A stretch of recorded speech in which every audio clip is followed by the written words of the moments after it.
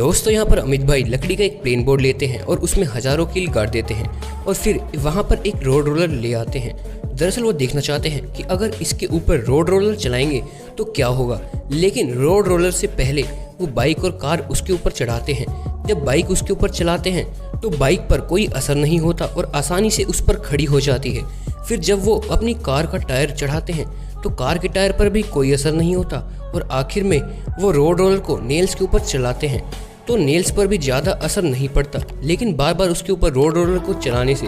वो सभी नेल्स मुड़ जाती है।